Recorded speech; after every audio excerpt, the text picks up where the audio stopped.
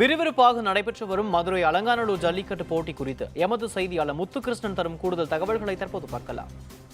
உலக புகழ்பெற்ற அலங்காநல்லூர் ஜல்லிக்கட்டு போட்டியானது இன்று காலை தொடங்கி வெகு விமர்சையாக நடைபெற்று வருகிறது. 5ஆம் சுற்றின் நிலவரப்படி சுமார் 310 காளைகள் காலையிலிருந்து தற்போது வரை களத்தில் அவிழ்த்து விடப்பட்டிருக்கிறது.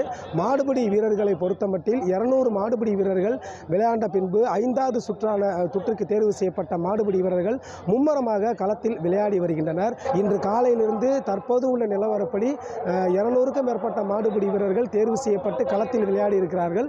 அதில் 30 மாடுபிடி வீரர்கள் தகுதி நீக்கம் செய்யப்பட்டிருக்கிறார்கள். என்ன காரணம் என்றால் மது குடித்த காரணம் மற்றும் உடல் எடை அதிகமாக இருத்தல், எடை குறைவாக இருத்தல் என பல்வேறு காரணங்கள் காரணமாக 30 மாடுபிடி வீரர்கள் தகுதி நீக்கம் செய்யப்பட்டிருக்கிறார்கள்.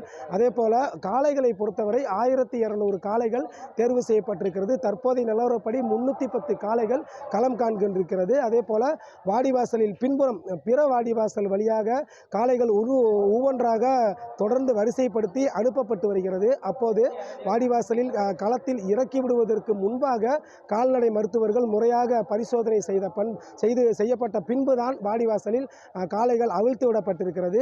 திரைப்பட நடிகர்கள் சூரி, அருண் விஜய் மற்றும் இயக்குனர் AL விஜய் என பல்வேறு திரை பிரபலங்களும் தொடர்ந்து அலங்காநல்லூர் ஜல்லிக்கட்டு போட்டியை காண்பதற்காக ஆர்வமாக வந்து கொண்டிருக்கின்றனர் என்பது குறிப்பிடத்தக்கது. வேந்தர் டிவி செய்திகளுக்காக ஒளிப்பதிவாளர் பாலமுருகனுடன் செய்தியாளர் முத்துகிருஷ்ணன்.